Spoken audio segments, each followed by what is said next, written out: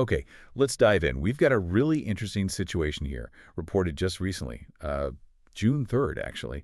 It involves a very well-known name stepping into crypto. Right. But it took a, frankly, pretty confusing turn almost immediately. Yeah, these things can get messy fast, especially with big names. Exactly. So we're looking at this piece, Trump Wallet, a family affair, Ah. trying to figure out, what exactly went down. And why it got so complicated so quickly. Yeah. It's often the case, when high-profile people enter the crypto space. Oh, so? Well, the spotlight is just incredibly intense. Crypto is already complex, volatile. Sure. You add a globally recognized name, and boom, massive attention, and a much higher chance for things to get tangled, communication-wise. Right. Makes sense. Yeah. And that seems to be exactly what happened here on June 3rd. There was this announcement, wasn't there? Yeah. About a Trump-branded crypto wallet. Yes, exactly. It came from a business that was identified as being linked to the Trump family. Okay. So on the surface, that sounds pretty straightforward. Yeah. A new product launch. You'd think so. But, and this is where it really gets interesting, almost right away, key family members stepped up. Who specifically? The reporting mentions Donald Trump's sons, Eric, Barron, and Donald Trump Jr. They came out very publicly. And said when? Put out a really strong statement explicitly denying any family involvement with that specific wallet that was just announced. Wow. So a flat denial. Pretty much. I think the source mentioned the phrase zero involvement.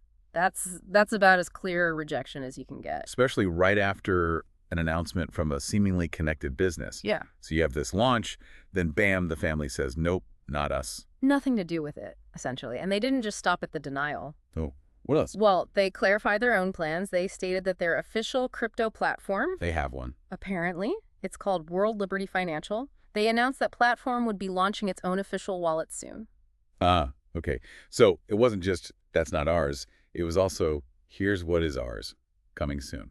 Exactly, correcting the record and signaling their actual intended move in the crypto space. Okay, wow. So let me get this straight. Mm-hmm.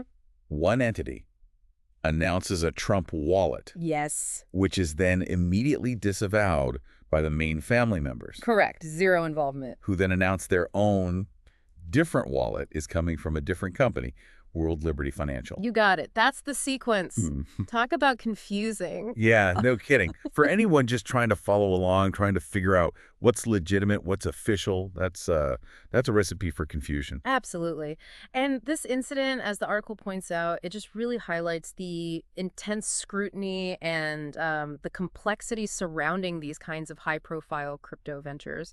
It shows just how critical clear messaging is and, frankly, how difficult it can be to achieve, especially when you might have multiple entities seeming connected to one big brand name. So let's connect this back. Why does this specific story, this June 3rd incident, actually matter to you, the listener? Well, it's more than just a sort of, quirky piece of news. Right. It's a really sharp reminder about how careful you need to be when navigating information, particularly in fast-moving markets like crypto. It really drives home that difficulty in figuring out what's real, what's legitimate, when you have different parties all using a recognizable name, but saying opposite things. Exactly. It's not just about checking if a source seems credible. It's about verifying official channels. Distinguishing between, say, a business with some loose connection versus the core brand or the family's actual direct venture. Clarity is just paramount, isn't it? And confusion can be manufactured or just happen incredibly quickly. Instantly. So maybe final thought for you to sort of mull over. Okay. What does this whole chain of events, the announcement, the immediate denial, the counter-announcement, tell us about the specific challenges tied to brand association in these new markets? Yeah. And how do you actually verify an official endorsement, especially when things are moving so fast and the technology itself can feel a bit opaque, like with crypto?